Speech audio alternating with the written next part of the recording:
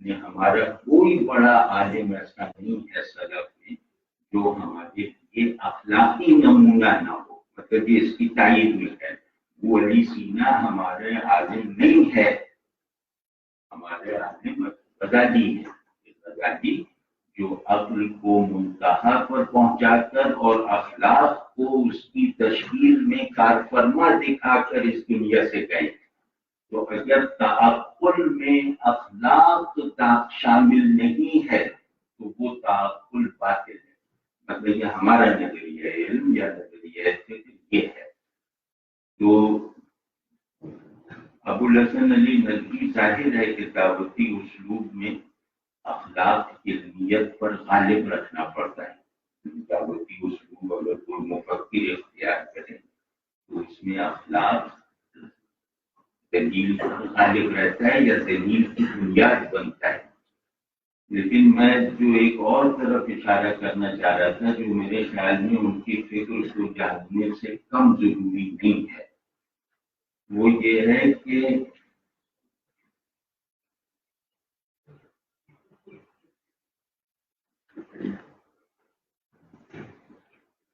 علی میاں کا کردار ان کے علم سے زیادہ تھا، مطلب ان جیسا علم رکھنے والے یا ان سے زیادہ علم رکھنے والے لوگ ان کے معاصرین میں موجود ہیں، اور ان سے اچھے رائٹرز ان کے معاصرین میں موجود ہیں، ان سے زیادہ اثر ڈالنے والی علمی قوتیں ان کے معاصرین میں موجود ہیں۔ لیکن اگر کوئی نہیں موجود تو ان سے سبقت لے جانے والا متقی ان کے معاصرین میں موجود نہیں، مطلب ان کے کردار کا یہ عالم تھا کہ ان سے بڑے آدمی کا تصور نہیں کیا جا سکتا۔ تو مطلب شخصیت کی روحانی، دینی، اخلاقی تشکیل کے جو ضروری ترین عوامل ہیں، یعنی ایک اخلاقی شخصیت جن احوال کا مجموعہ ہوتی ہے یا ہونی چاہیے، ان احوال میں سے ایک احوال، ایک حال اگر نکالا جائے تو انشاءاللہ ابو الحسن علی ندوی ایک آئیڈیل اخلاقی شخصیت کی تعمیر میں کام آنے والے ان عناصر میں سے کسی ایک عنصر میں بھی ایسے نہیں تھے کہ منتہی نہ ہوں، حد کمال پر نہ ہوں، یعنی ان کے تمام اوصاف حالت کمال میں تھے، اور اس میں ان کا کوئی معاصر یہ تو نہیں کہتا کہ ان کے برابر نہیں تھا، لیکن ان سے آگے نہیں تھا، کیونکہ شخصیت کی روحانی تشکیل جہاں ابو الحسن علی ندوی میں تمام ہوئی تھی اس سے آگے کا کوئی مرحلہ ہے ہی نہیں۔ آپ سمجھیں مطلب یہ کہ اللہ ہمیں توفیق دے، فکر کو ہم اپنی بنا لیں گے، فکر میں ابو الحسن علی ندوی نابود نہیں ہے، لیکن اگر ہم ان کے کرداری کا تسلسل، ان کے اخلاقی تسلسل میں ایک فعال کردار ادا نہیں کریں گے تو ہم اقدام خودکشی کے راستے پر ہیں۔ ابو الحسن علی ندوی میری ذہنی ضرورت بعد میں ہے، میری روحانی ضرورت پہلے ہے۔ بہت شکریہ۔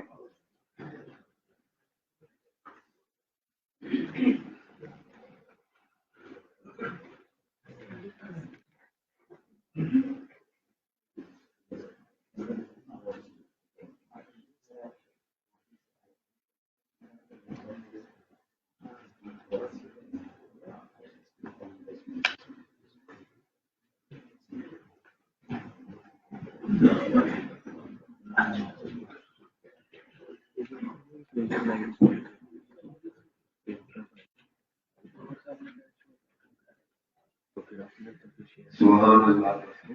گفتگو اچھی بات فرمانے کے جناب نہایت محترم بزرگ احمد جوید صاحب کے ابھی ہمارے آج کے مہمان معزز جناب ڈاکٹر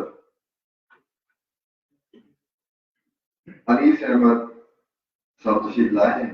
میں نہایت ادب سے انہیں گزارش کروں گا کہ وہ تشریف لائیں اور موضوع کی نسبت سے اپنے خیالات کا اظہار کروں.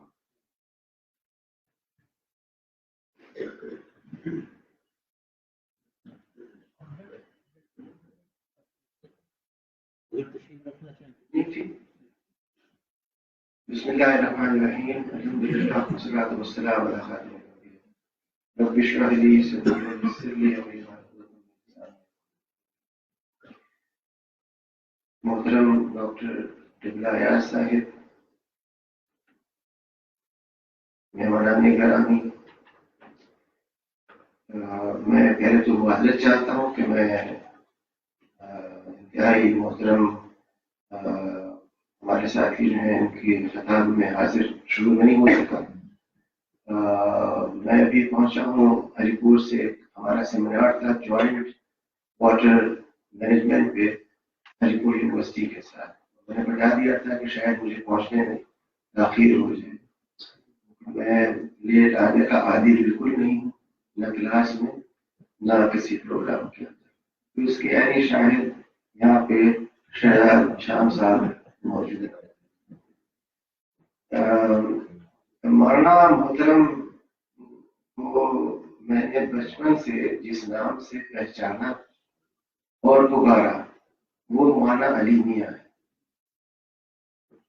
اور شاید ہی ان کی تحریر ایسی ہو جس کا مطالعہ نہ کیا، لیکن ان سے ذاتی استفادے کا موقع اس وقت ملا جب سن 77 کے اندر ان کو ہم نے دعوت دی کہ وہ امریکہ آئے اور آ کر کے مختلف مقامات پہ خطابات. ان کے میزبان کی حیثیت سے میں ان کا استقبال بھی کیا ہوائی مستقر کے اوپر، اور ان کے ساتھ سفر بھی کیا، اور تقریباً 3 ماہ مئی سے ستمبر یا اگست کے آخر تک ان کے ساتھ تقریباً بہت سے مقامات پر امریکہ کے اور کینیڈا کے ساتھ جانے کا اور استفادہ کرنے کا اہتمام. میں سمجھتا ہوں کہ جو ان کا علمی مقام ہے وہ تو اپنی جگہ پر ہے ہی. انہوں نے علامہ شبلی نعمانی کی روایت آگے بڑھایا اور یہ کوشش کی کہ ہماری تاریخ جو محض فتوحات اور شکستوں کی داستان بن گئی تھی اس کو علمی ورثے اور ادبی مسائل سے جوڑ کر کے یہ دیکھا جائے کہ مسلمانوں کا ماضی کیا تھا اور مستقبل کیا ہونا چاہیے. شبلی کے اس تصور کو ان کے شاگرد رشید سید سلیمان نے آگے بڑھایا اور سید النبی کے اندر وہ پہلو شامل کر دیے جو عام طور پر شامل نہیں کیے جاتے عقیدت کی بنا. مولانا نے یہ کام کیا کہ انہوں نے ہمارے علمی تاریخ کو بالخصوص دعوت و عزیمت کی تاریخ کو مرتب کیا، لیکن اس پورے کام کے دوران ان کا جو ادبی ذوق تھا اور اقبال سے وابستگی تھی اس میں کوئی کمی نہیں آنے پائی، اور اس کا اظہار خود ہر تحریر میں پایا جاتا ہے. اقبال کے اشعار کا استعمال خود اقبال میں مستقل ایک کتاب کی موجود ہے. مولانا سے جو قریبی تعلق پیدا ہوا اس کے نتیجے میں غالباً سن 91 یا 92 میں انہوں نے خواہش کا اظہار کیا کہ میں ندوے حاضر ہو کر کے کچھ خطابات 3 خطابات تجویز کیے گئے تقابل ادیان پر، اور مولانا نے ازرائے التفات اور عنایت ان میں سے ہر ایک کی صدارت خود فرمائی اور ہمت افزائی کی. مولانا سے میرا رابطہ رہا درمیان. جو چیز مولانا کی سیرت کے اندر بڑی نمایاں تھی وہ علماء کا وہ اخلاص، للہیت اور اللہ پہ توکل جو کہیں اور نظر نہیں آتا۔ دکھ سے کہنا پڑتا ہے کہ میرے دیکھتے دیکھتے جو علمی ماحول پایا جاتا تھا وہ اٹھ گیا، اور وہ افراد جو شاید عالم کہلانے کے مستحق نہیں ہو سکتے وہ عالم شمار کیے جاتے۔ مولانا اس لحاظ سے ایک ایسی شمع تھے جس نے کہ اس روایت کو زندہ کیا اور ہمارے سامنے مثال پیش کی۔ ان میں بے انتہا خاکساری اور انتہائی مشکل مضامین کو بڑی آسانی کے ساتھ ادا کرنے کی صلاحیت پائی جاتی ہے۔ مولانا کے تحریر میں اگر معمولی توازن ہے اور آپ کو نہیں معلوم ہوتا کہ وہ کس طرف راغب ہے، وہ جیسا کہ آپ نے سنا ان کی جو روحانیت تھی وہ باہر گہری سے بھی جھلکتی۔ مجھے یہ ایک اعزاز بھی رہا کہ امریکہ کے دوران قیام مولانا کو آنکھ کا عارضہ تھا اور وہ ایک آنکھ استعمال کرتے تھے، ایک ضائع ہو چکی، اس میں بھی کچھ تکلیف تھی۔ تو اس کا تذکرہ آیا تو میں نے کوشش کی کہ وہاں میرے کئی عزیز جاننے والے ایسے تھے جو اس میں امداد کر سکتے۔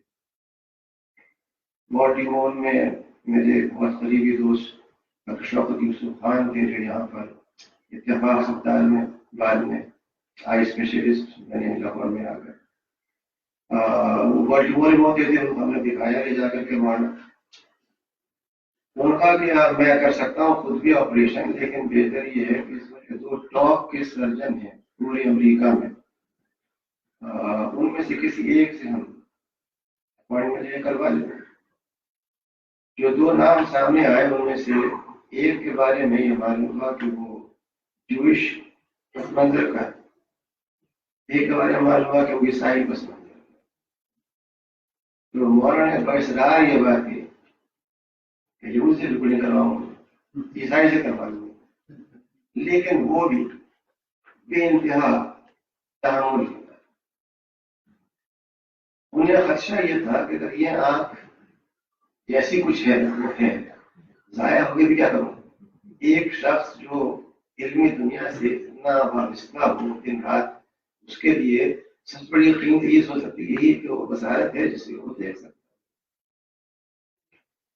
اب وہ بڑے دو موقعوں کے اندر ہے، اور بارہا گفتگو میں یہ ہوتا کہ کہتے کہ امیر صاحب آپ کو یقین ہے کہ میں کروا لوں گا؟ ہمیں بالکل یقین ہے۔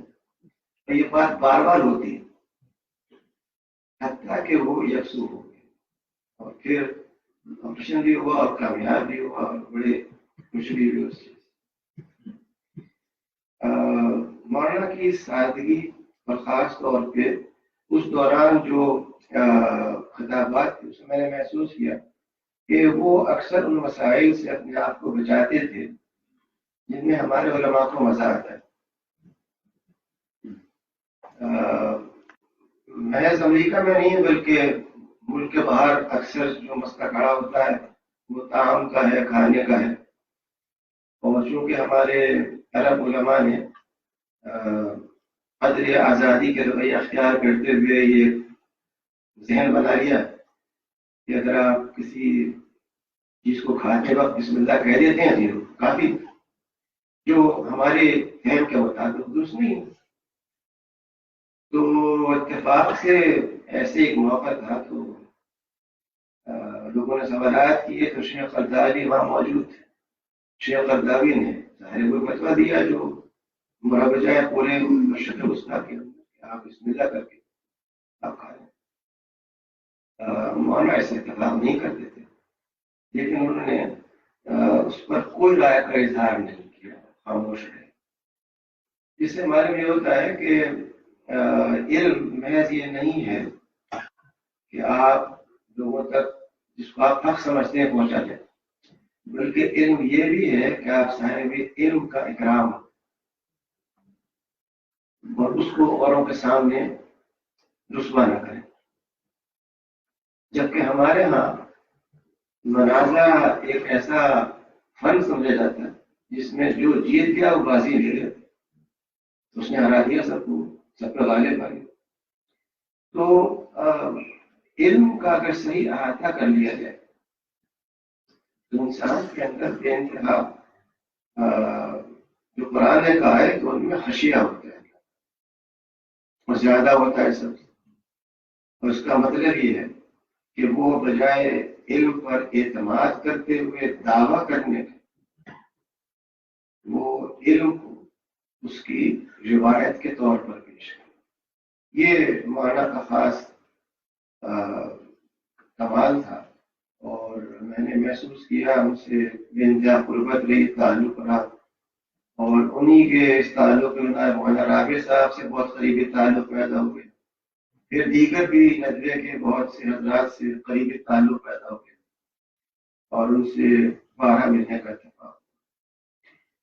جو نئی نسل کے لیے بڑی اہم چیز ہے وہ کہ مولانا نے اپنی ایک کتاب میں، جس میں کہ وہ جائزہ لے کے بتاتے ہیں کہ تاریخ کا عروج و زوال کیا ہے، اس میں جو چیز بنیادی بتائی ہوئی کہ جب تک آپ اپنے اخلاق کو اعلیٰ تر نہیں کر لیں گے اس وقت تک آپ ترقی نہیں کر سکتے. جبکہ ہمارے ہاں ترقی کی بنیاد یا تو مادیت ہے یا تجربی علم ہے یا دولت کی کثرت ہے، اور ان چیزوں کو ہم نے پیمانہ بنا لیا ہے. دین کا تصور جو ہمیں قرآن کریم سے ملتا ہے اور جو قومت عروج زوال کا اصول ملتا ہے، اس کا مرکزی نقطہ اخلاق ہے. چنانچہ قرآن کریم نے ان تمام چیزوں کے بارے میں جو قانوناً اس نے حرام قرار دی، ان کے لیے اصطلاحات ساری کی ساری وہ ہیں جو علم اخلاق کی اصطلاح ہے. حلال ہے، مباح ہے، احسن ہے، وہ چیزیں ہیں جو آپ بطور استعمال کرتے ہیں، لیکن ان کو جب تک طیب ہے ان کیٹیگریز میں نہ سوچیں جو اخلاقی کیٹیگریز، اور یہ جو کیٹیگریز ہیں وہ الفاظ ہیں جو قانونی شکل اختیار کر لیتے ہیں. اور جتنے بھی جرائم ہیں ان سب کے بارے میں بھی اس حوالے سے جو اصطلاح استعمال کی وہ اخلاقی اصطلاح ہے. وہ ان کی تطبیق اور ان کا اطلاق جو ہے وہ قانونی. تو یہ جو معنی کا ایک انداز ہے کہ انسانی تاریخ میں عروج زوال کی بنیاد اگر کوئی ہے تو وہ اخلاقی رویہ ہے جو اگر اختیار کیا جائے گا عروج ہوگا، اور اگر نہ ہوگا تو زوال ہوگا. اور آج بھی آپ دیکھ لیجیے کہ ہمارا جو آج کا معاشرہ ہے اس کے اندر اخلاقی زوال ہی ہماری بنیاد ہے ہر چیز کا، وہ سیاست میں ہو، وہ معیشت میں ہو یا تعلیم میں. اب نوبت یہ آ گئی ہے کہ تعلیم گاہوں کے اندر جو تحقیق بھی کی جاتی ہے اس کی بنیاد یہ نہیں ہے کہ آپ کوئی علم میں اضافہ کر رہے ہیں، اس کی بنیاد یہ ہے کہ کس طرح سے مجھے مزید ترقی مل کر کے قبل از وقت میں پروفیسر بن جاتا. اور اس کام کے لیے بھی مقالات لکھوا کر کے اپنا نام شامل کروا کر کے سارے ذرائع جو غیر اخلاقی ہے واضح طور پر اگر معلمین بھی ذرا استعمال کریں تو آپ مسئلے کون سی پیدا کریں. اس لیے جب تک اس چیز کو نہ سمجھا جائے کہ ہمارے عروج کا راز اگر کوئی ہے تو وہ اخلاق کی برتری اور اخلاق کے عمل کرنے میں ہے. جس چیز کو ایک جملے میں قرآن کریم نے آیت مبارکہ کے بارے میں بیان کر دیا، وَإِنَّكَ لَعَلَىٰ خُلُقٍ عَظِيمٍ، وہ ایک جملہ ایسا ہے جو علیہ السلام کی آیت مبارکہ کی تصویر پوری کی پوری پیش کر دیتا. یہ اخلاق گھر کے اندر بھی سب سے اعلیٰ ہے، یہ اخلاق جنگ کے میدان میں سب سے اعلیٰ ہے، یہ اخلاق مسجد کے اندر پیسے کا جو سب سے اعلیٰ ہے. یہ اخلاق دشمنوں کو معاف کرتے ہو سب سے زیادہ، یعنی ہر لحاظ سے اس کے اندر وہ کمال پایا جاتا ہے، اور یہی وہ اخلاق ہے جس نے کہ دلوں کو فتح کیا، جس نے کہ لوگوں کو خرید کیا۔ اسی لیے قرآن پاک کہتا ہے کہ ذرا تو شروع ہوتے جو منتشر ہو جاتا ہے خرید بناتے ہیں۔ تو جو مولانا علی میاں صاحب نے ہمارے سامنے مثال پیش کی ہے اپنی عملی زندگی سے اور علمی طور پر، وہ میں سمجھتا ہوں غیر معمولی طور پر اہمیت رکھتی ہے، اور اس بات کی ضرورت ہے کہ آنے والی نسلوں کو ایسے رجال سے، ایسے افراد سے جو اس عظمت کے حامل ہوں متعارف کرائے جائے، اور ان کی تحریرات کو جتنا ممکن ہو سکے نشر کیا جائے، اس کی اشاعت ہو، اس پہ گفتگو ہو، تاکہ ہماری آنے والی نسلیں کچھ سبق حاصل کر سکیں اور ان کے قریب پہنچنے کی کوشش کریں۔ مجھے یقین ہے کہ اس سے پہلے جو کچھ ماڈل بارے میں یہاں پہ ذکر کیا گیا ہوگا اس سے آپ کے علم میں بھی انتہا اضافہ ہوا ہوگا۔ میں محض اس خیال سے تشریف لے آیا تھا کہ میں کچھ سنوں گا اور اپنے علم میں اضافہ کروں گا، لیکن جو ذمہ داری دی گئی اس میں نے چاہا ہے کہ میں چند لمحات میں آپ کے سامنے اختصار سے میں تاثرات پیش کر دوں۔ الحمد للہ العالمین، بے انتہا شکریہ۔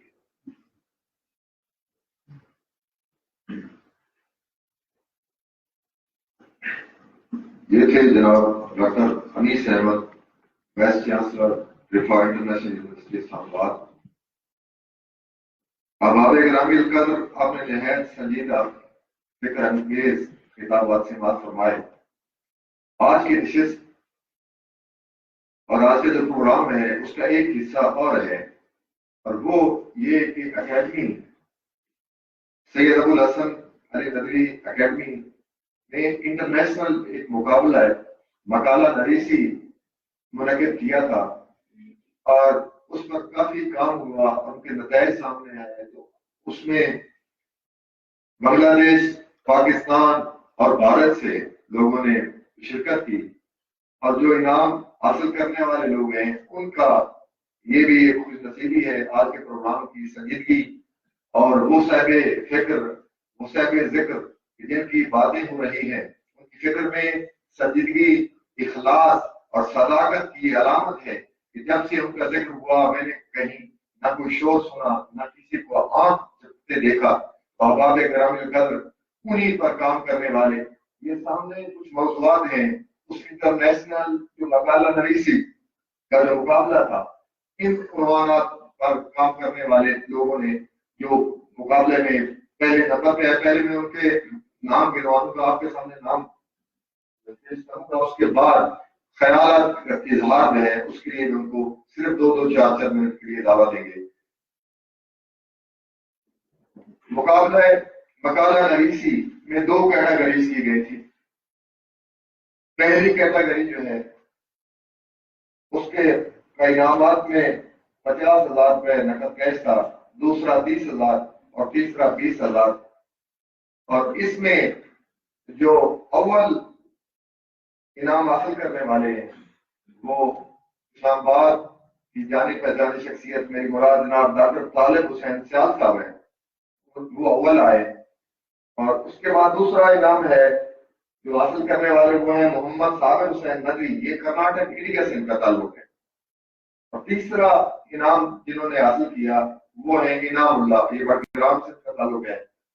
دوسری کیٹیگری جو ہے ان کے انعامات کی کچھ ترتیب ویسے ہے کہ اس میں پہلا انعام جو ہے وہ 20,000 ہے، دوسرا 15,000 اور تیسرا 10,000۔ اس میں پہلا انعام حاصل کرنے والے کا تعلق ہے دہلی انڈیا سے، عمار جامی کا نام ہے۔ دوسرے نمبر پر جو ہے آنے والے وہ ہیں سیف اللہ قاضی، یہ کوئٹہ بلوچستان سے کا تعلق ہے، اور تیسرا جو انعام حاصل کرنے والی محترمہ دیا خان بلوچ کا کراچی سے تعلق ہے۔ اب میں نہایت محبت سے، ادب سے، شوق سے دعوت ہو گیا جناب ڈاکٹر طالب حسین سیال صاحب کو کہ پہلے ہم ان کے جن کے نام آپ کے سامنے پیش کیے گئے ان کی خیالات جو ہیں وہ سن لیں، اس کے بعد انعامات جو ہیں جناب چیئرمین صاحب کی جلد سے جناب ڈاکٹر طالب حسین صاحب۔